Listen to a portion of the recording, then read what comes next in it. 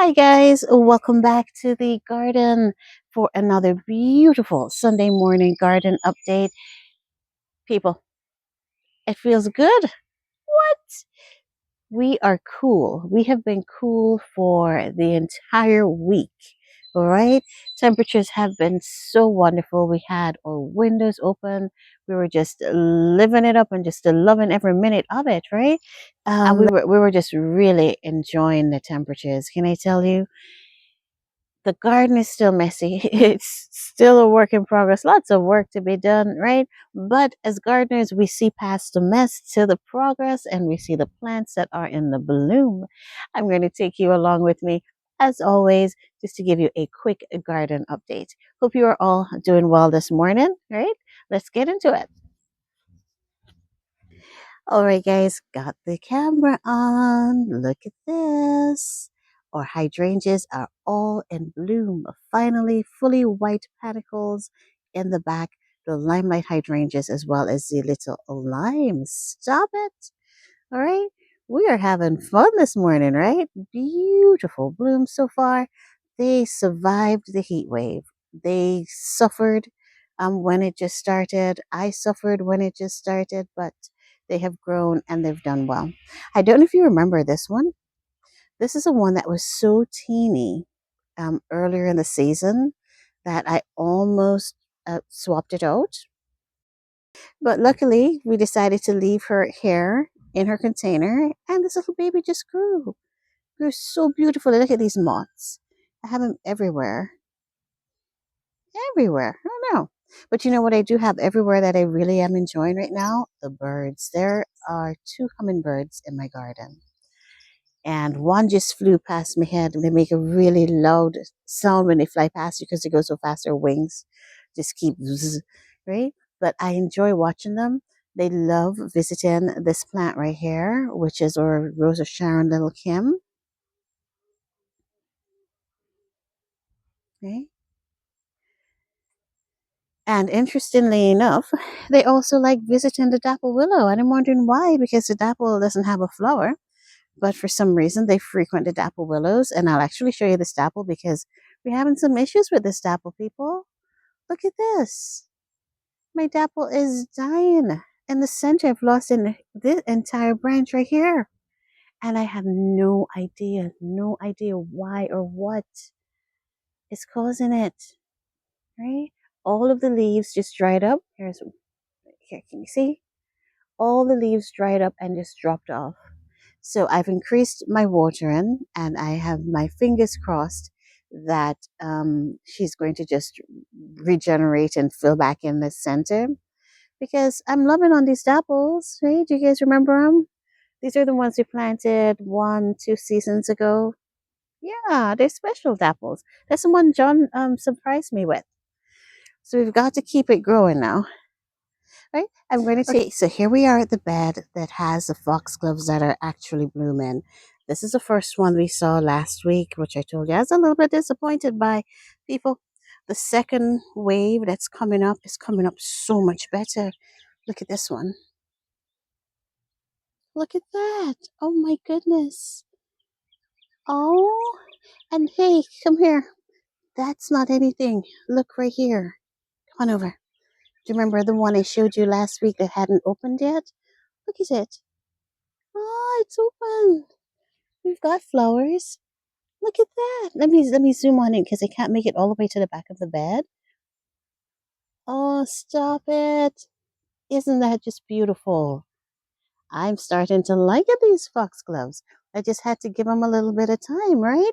I do like the purple. Yep, that is gorgeous, guys. Let's see. So I'm seeing right now, I see two purples in here. That's this one right there. I'm going to move the camera over. There is one in the back right there. There's a damnation peach right here in the center on the side. Okay, and then there is a pink one. Oh, the weed is drawn in this pink one. I'm going to come in and cut it back. Remove the weed so that you guys can see this. But I'm thinking by next Sunday that this one's going to be open. Can you believe it? I love it. Oh, let me pull back. And here's the Damnation Peach again. What? Oh, that looks good. That looks good. I take it back, people. The Foxgloves look good. They are doing their thing. They just needed some time to settle in, but they are beautiful, right? Beautiful. Okay, now there's something that I'd like to show you, and I'm a little embarrassed because the results could have been way better if it were not for my neglect, right? So I'm going to tell you a story while we get there. Earlier this spring, we started lisianthus from seed. Beautiful tray of lisianthus. I think we had about 36 or so seedlings. They were one of the last seedlings that I hardened off. I think I started my harden off process right at around April. So with all the seedlings that hardened off, all the trays, the lisianthus were the last ones I took out. Now, guys, I kid you not. I carried the tray out twice. So I did 2 days of hardening off, and then the third day, I set it under a tree by the patio, one of the junipers. And from there, I totally forgot about the lizards. I kid you not, guys. Totally forgot about it. I left the poor seedlings in the tray for two months, right? And luckily, right at around the first week of June, I saw the tray and I was like, oh my goodness, Naomi, what is this? Right? And at that point, there were only about 8 seedlings that had survived. Total neglect. So I planted them up, took them out and planted them up right here in a row. And guys, would you believe it? Of the 8 that I planted, I think we have 4 plants. But what is even more amazing, look at this. Oh my gosh. Look at this. Oh my goodness, look at this. Are you seeing it? Yep, the babies bloomed. I couldn't believe it. I can't believe it. Oh, I feel so bad. I feel like a bad gardener. I have no idea how I could have forgotten. Look at this beautiful, oh my goodness. Look at this beautiful flower. And all that effort, and I don't know where my brain went, but it went on vacation somewhere. And I totally forgot about these seedlings. Now I'm rewarded with blooms that I do not deserve, right? But I have to share them with you because I think they are just the most beautiful flower. Can you believe it? Everything that I read about the lilies suggested that they're the most difficult thing. I shouldn't say thing, I'm sorry, baby. That they're one of the most difficult flowers to grow. But with all the neglect, right? All the lack of love, these plants actually grew, those that did survive, and they're blooming. Look at this. I think it's the Echo Champagne. This particular variety is the Echo Champagne. I mean, wow. So next year, I'm going to have to do this. Next year, late December, if not January, we're getting our hands on some more Lizzie seeds and we're going to do this all over again. And this time I'm going to do it right. And we are going to have a whole bunch of lisianthus to show you. Look at it one more time. Oh, isn't that just a beautiful flower? Oh man, I love it. All right. I know everything that I read, suggests that they're the most difficult plants to grow. Difficult things to grow from seed, but they were so easy. They were slow, right? But they really, yeah. Anyway, can't believe I forgot about that. But happy that I could show you a bloom. And yes, it does speak to my I don't know, but hey, it's life and it happens. All right, so this is what the garden is looking like on. This is the bed that runs right along the fence, closer to the outside. I've not shown you this section for a while, right? The roses have been going through it. Princess Alexandra of Kent. You notice, like right here, this little baby is carded mill. If you notice, absolutely defoliated and cut back. Listen, black spot. Yep, black spot was in the garden. Again, it was a really hot, troublesome season this summer so far, right? So everybody that was seriously suffering with black spot, we went ahead and totally defoliated. I did a heavier cutback than I normally would at this time. And it would be interesting for me to see how the roses respond to it. I will, of course, ensure that I feed these guys. Haven't done that to them, right? No leaves whatsoever. But let's see how quickly she rebounds. Hopefully, by the time I walk you through next week, she will have some leaves. What do you think? I think so. Fingers crossed, people. Fingers crossed. All right, here we are. Who's this? Edge of Night Hibiscus doing what she does. Right? These marigolds, we will not speak about them anymore. The only thing that I can say is that they won't stop growing. I thought they were so well behaved. I've not been deadheading, and these little things just will not stop growing. They've actually, the ones that you've seen on top with these really big blooms, the orange and the yellow, these are the African marigolds, right? Marvel 2 series. On the bottom that we can't see right now, there was a red one. It was a French marigold. Maybe this is one of them, trying to peek through. And they're totally covered right now by the um, African marigolds. But the good thing is, come on down here. Are you seeing all of those seed pods that need to be cut off? Yeah, I'm going to go ahead and cut all of those off, collect them, put them down to dry so that we can go ahead and do our seeds next year, as we spoke about last week. All right, now look at the rows behind the marigold. This is who we're looking at. Look at this. Do you guys have any idea who this is? Oh man, my camera cannot go high enough to show you who it is. I'm going to actually walk you around because I want to show you her, and the sun's and this coming straight at us. So I don't know if you're seeing it. So quick pause, and I'm going to jump to the other side of the fence. All right, so I am on the opposite side of the fence so that I can show you this rose. This really tall, out of control rose. This is Eden. Are you seeing her? All of that is Eden. So she has taken off. I was really worried for quite a minute because during the heat wave that we had, a lot of her leaves turned yellow and she looked so stressed. But then all of a sudden, she has started sending out a lot of new growth with a lot of new canes, which is awesome. I don't know if you can see this really long one right here. Ooh, that is an absolutely beautiful, beautiful new basil break that just came up this season. I kid you not. And I'm pulling back. Bear with me. Pull back, pull back. There you go. Do you see how tall it is? What? All right, so I'll wait for this to harden up just a little bit.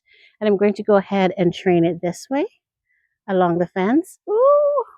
So we'll finally have two canes that are trainable. We've got one in this direction. That's the older one. And this one is going to be number 2. So hopefully, fingers crossed, if I do my job well enough, we will have another cane of Eden and more blooms from her next spring, right? Next spring, always looking forward to the next season. Love it. Look at Charles. You've seen Charles look like this, you know that Charles had a moment, right? Charles, too, was very stressed this season, right? Lots of black spots. So we did the whole thing of cutting him back a bit, cleaning him up. This is what his bed now looks like. And this is how I think he's going to go through the remainder of the season. The only one that I did not get to trouble is Darcy Bustle back here. And although Darcy is stressed, Darcy is still doing what she does best, which is give us some blooms, right? Color in the garden. Let me show you one other rose. Come on here. We're going to walk just a little bit over. I would like to take a second to show you Florentina. Hey. Okay, standing on the outside, I'm pointing to a cane right here that I have trained onto the fence. I've tied it onto the fence. Do you see this? This little baby is Florentina. Again, this is a little baby that we planted from a 1 gallon, is that the size? 1 gallon container a year ago, right? So this is her first full year in the ground. And look at this rose. Look right here. Look at this. So this is a cane, right? This is a main cane. And then look at all these laterals. 1 hot potato, 2 hot potato, 3 hot potatoes. Stop it. There's more. Look at this. 4. Oh my word. Isn't that beautiful? This is such a vigorous and healthy rose. I'm just really loving on her. And I look forward to this one staying healthy. Look, she even treated us to some blooms. Look at that. Can you see it? Yes. I'm looking forward to this one remaining healthy and beautiful, right? To see how many blooms she'll have for us next year. She has to be so perfect for next year, right? I may thin her out a bit because I've got a lot of main canes coming up. Let me see. I'm counting 1, 2, 3, 4. She has about 6 or 7 main canes right now. I'm going to try to keep her to about 4 or 5, right? And then hopefully she's going to be able to do her thing and give us beautiful blooms with that number of canes. All right. So here is a view of the garden from the outside. Look at stop it. Look at, you know who we're looking at, right? Yes, you did, sure, man. Let's go look at her, the black diamond crepe myrtle. Let's run on back in. All right, guys, so we have jumped back into the garden so that we can take a look at this absolutely gorgeous jewel of my summer garden, the black diamond crepe myrtle. Stop it. Tell me you're not loving on it. Tell me you're not loving it, people. I am loving it. Look at this. This absolutely gorgeous dark foliage popping with the blooms, right? Look at those red blooms on there. Oh boy, it just sings summer to me. And what I love about these crepe myrtles, let me tell you guys, you know that I'm a hacks. Well, I won't say, okay, let me think of a creative way to say this that will sound positive. I'm a hands off gardener, right? So I'm not the kind of gardener who's going to be coming out here to water her plants. Now, that does not happen, right? I'll water containers, but items in the ground, only if they're newly planted do I come out and baby them and water them quite a bit. So this bed of crepe myrtles has not had any watering from me. The only thing I do in terms of maintenance is I cut it back to about 3 inches above ground in the spring. I fertilize once we've got that new growth starts to appear. We fertilize, and that is it. Look at my babies, and look at my babies. Look at my babies, people. Loving on it. Aren't you? I know, aren't you just loving it? Love it. Black diamond crepe myrtles. The jewel of my summer garden. All right, so turning our attention to the rose that sits beside the crepe myrtles, right? This beauty right here is Salis Marner. Now, if you remember, we passed Carden Mill a few moments ago. We passed Charles Darwin. We passed Princess Alexandra of Kent. And what did you notice? They were like defoliated and cut back, right? Yes, because those roses suffered from black spot. Look at this rose, fully leafed out, looking healthy, looking like, look at me, right? Sort of a thing. Salis Marner has held up beautifully so far. I've not had a disease issue with him yet, right? He stood up to the summer heat and to my hands off gardening technique, right? So, I mean, this says a lot for the rose itself in terms of how hardy it is in my zone. And remember, I'm in zone 6B/7A, right? So this shows that this is a really heat tolerant, sturdy little fellow that is going to perform for you, right? No blooms right now. Right? He was covered, but no blooms at the moment. Looking forward to the new growth that is going to bring us new blooms here later on in the season.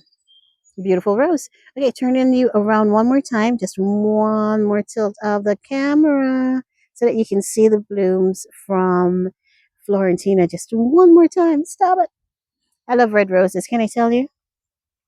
Let me come in just one more time to take you up close. All right, look at this. Oh, let me get a little bit closer. Just a little bit. Look at that. Look at that. Oh, look at that. Oh, I love it. Love it. Healthy rose. Again, no issues with this one. No black spot, no powdery mildew, no nothing. The only problem I have is figuring out how to tie in all of these canes that she's sending out in all different directions, right? This is where we'd really need a volunteer in the garden. Someone who actually knows how to train climbing roses to help me train my climbing rose. Right? But for now, I am doing the best that I can, and I'm really happy that that rose is growing well. All right, so let's walk you down the path really quickly. Eustacia Vi sending up new growth, starting to, I think, Eustacia normally gives us a good spring. A semi sort of nothing performance in between. It's during the summers, and then in the fall, she will give me a second flush of roses. So something that I look forward to. Okay, let me turn you around here really quick. I want to show you the hydrangeas. Just a quick update on the rhythmic blue hydrangeas. Listen, stop it. Listen, look at the new growth.